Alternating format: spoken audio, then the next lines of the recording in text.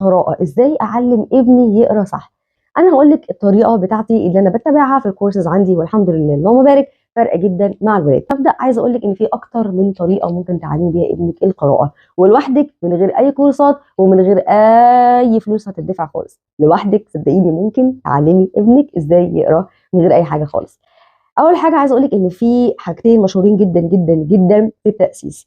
اول منهج هو منهج اسمه الجولي فونكس، وده منهج ماشي بعدم ترتيب الحروف. يعني ايه؟ يعني مش ماشي A B C D، لا هو ماشي بطريقه مختلفه شويه، ماشي حاجه اسمها جروبس، واخد كده الليترز مقسمها لجروبس، اوكي، وكل جروب فيه مجموعه من الاصوات، وبيبتدي يعلمك من اول جروب ازاي نعمل بلندنج. يعني ايه بلندنج؟ يعني ايه؟ يعني بنحط حرف، بندمج حرف مع حرف عشان ننطق صوتهم مع بعض بيبقى عامل ازاي. وفي منهج تاني برضو مشهور جدا جدا جدا ومدارس كتيره قوي بتتبعه، وهو منهج اوكسفورد، اوكي. برضو منهج مشهور جدا ويحترم جدا، وهو ماشي بترتيب الحروف، بيديكي كلمات كتير، وبرضو بيعمل بلندنج. اي واحد فيهم لو دخلت على اليوتيوب هتلاقي جزيل من الشكر اللي تيتشرز كتير جدا بتتابعين المنهج ده او المنهج ده. عايز اقول لك على حاجه كمان، ان المنهجين عندهم ابلكيشن على الاب ستور، تقدري تنزليه عادي جدا وتشتغلي مع ابنك، وبيعلمك ازاي تعملي، يعني ازاي تعملي بلندنج، وازاي تكتبي الحرف، وازاي تنطقي صوته وكلمات على صوته والديركشن بتاعه. بصي يعني فعليا والله يا جماعه مش محتاجه كورسز، انت ممكن عادي جدا تشتغلي مع ابنك لوحدكم في البيت، وانت كمان هتتعلمي النطق الصح معاه لو مشيتي على السيستم ده. فانت ليكي حريه الاختيار انك تختاري من اوكسفورد او من الجولي فونكس. الجولي فونكس بيبقى اسرع شويه من الاوكسفورد، وبرده الاوكسفورد حلو برده، ما اقدرش انكر. انا بقى بعمل ايه؟ انا عامله ميكس ما بين الاثنين، يعني انا دمجه ده مع دمجه ده. وبحب اشتغل بطريقه مختلفه شويه، ولكن انت ممكن تشتغلي زي ما قلت لك باي واحد من الاثنين دول. طيب انا بعمل ايه مثلا؟ عندي انا بعلم الاطفال اول حاجه خالص الحروف، اصوات كل حرف، وازاي نعمل بلندنج، وازاي نقرا صح. اول حاجه لازم اعمل له فوكس عليها كده واجذب انتباهه ليها الحاجه اسمها الفاولز. الايه؟ الفاولز. We have in English 5 vowels. What are they? A, E, I, O, U. A E I O U. بيعرفوا من الاول باسمهم، بعد كده بقول له الساوند بتاعهم اللي هو ايه؟ ا اي اي او ا اي اي او ا اي اي او بنرسم له كده this is the O sound. اوكي. اي اي اي. اوكي. ا ا ا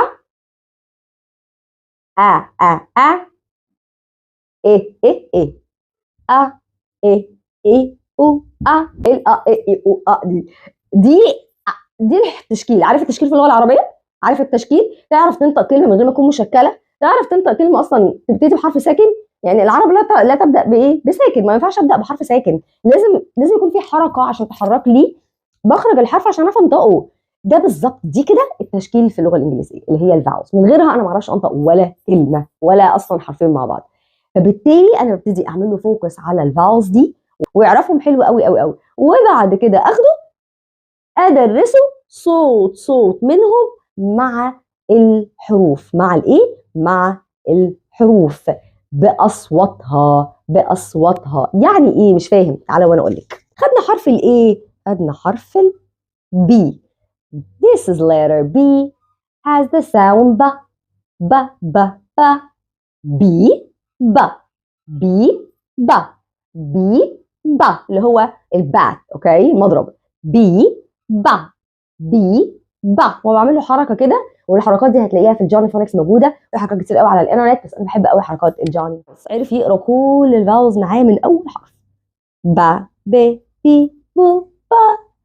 يجي معايا مثلا لو خد حرف التي او لو خد حرف الكي مثلا، اوكي، ابتدي اقول له ب ا ت ب ا ت بات ب ا ت بات ب ا ت بات، وابتدي اكمل معاه بالشكل اللي انتوا شايفينه ده.